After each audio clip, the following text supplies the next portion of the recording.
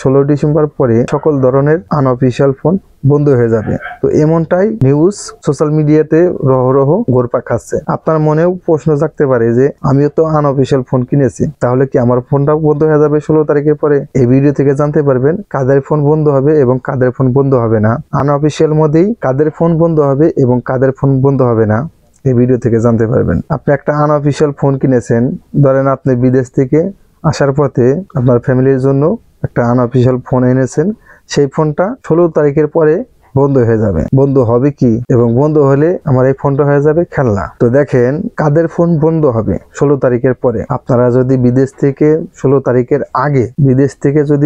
তারিখের আগে বাংলাদেশে আসেন বা বাংলাদেশের যে অ্যাক্টিভ সিম আছে সেই সিমটা যদি আপনার ফোনে প্রবেশ করান বা অ্যাক্টিভ করান, তাহলে আপনার ফোনটা বন্ধ হবে না। এবং তাহলে বন্ধ হবে কাদের ফোনটা? আপনার 16 তারিখের পরে যেগুলা ফোন কিনবেন আনঅফিসিয়াল, সেই ফোনগুলা আর চালাতে পারবেন না, সেই ফোনগুলা বন্ধ হবে। শুধু সিমের নেটওয়ার্কটা বন্ধ থাকবে, সকল ধরনের কাজ করতে পারবেন ওই ফোনে, শুধু নেটটা পাবেন না। এতটুকুই জাস্ট। আপনি যদি আনঅফিসিয়াল ফোন কিনতে চান তাহলে 16 তারিখের আগেই কিনবেন। 16 তারিখের আগে কিনলে সেটা আর বন্ধ হবে না। আপনার মনে প্রশ্ন জাগতে পারে আমার ফোনটা যে আনঅফিসিয়াল ফোনটা যে কিনলাম সেই ফোনটা তো আমার রেজিস্ট্রেশন করতে হবে। আপনার রেজিস্ট্রেশনও করতে হবে না, সেটা অটোমেটিক ভাবে আপনার রেজিস্ট্রেশন হয়ে যাবে। অটোমেটিক ভাবে রেজিস্ট্রেশন কোথায় হবে? আপনার সিমের যে রেজিস্ট্রেশন করেছেন সেটা ফোনে অটোমেটিক ভাবে অ্যাক্টিভ হয়ে যাবে, রেজিস্ট্রেশন হয়ে যাবে, নতুন ভাবে আর রেজিস্ট্রেশন করতে হবে না। এতটুকুই। তো এইটুকুই ছিল আজকের ভিডিওটাতে ইনফরমেশন। তো 16 তারিখে কাদের ফোন বন্ধ হবে এবং কাদের ফোন বন্ধ হবে না জানতে পারলেন। ভিডিও দেখে যদি উপকৃত হয়ে থাকেন অবশ্যই চ্যানেলটি সাবস্ক্রাইব করে রাখবেন এবং ভিডিওটি শেয়ার করবেন অপরকে দেখার জন্য। আপনারা যদি ফোন কিনতে চান 16 তারিখের আগে কিনবেন। তো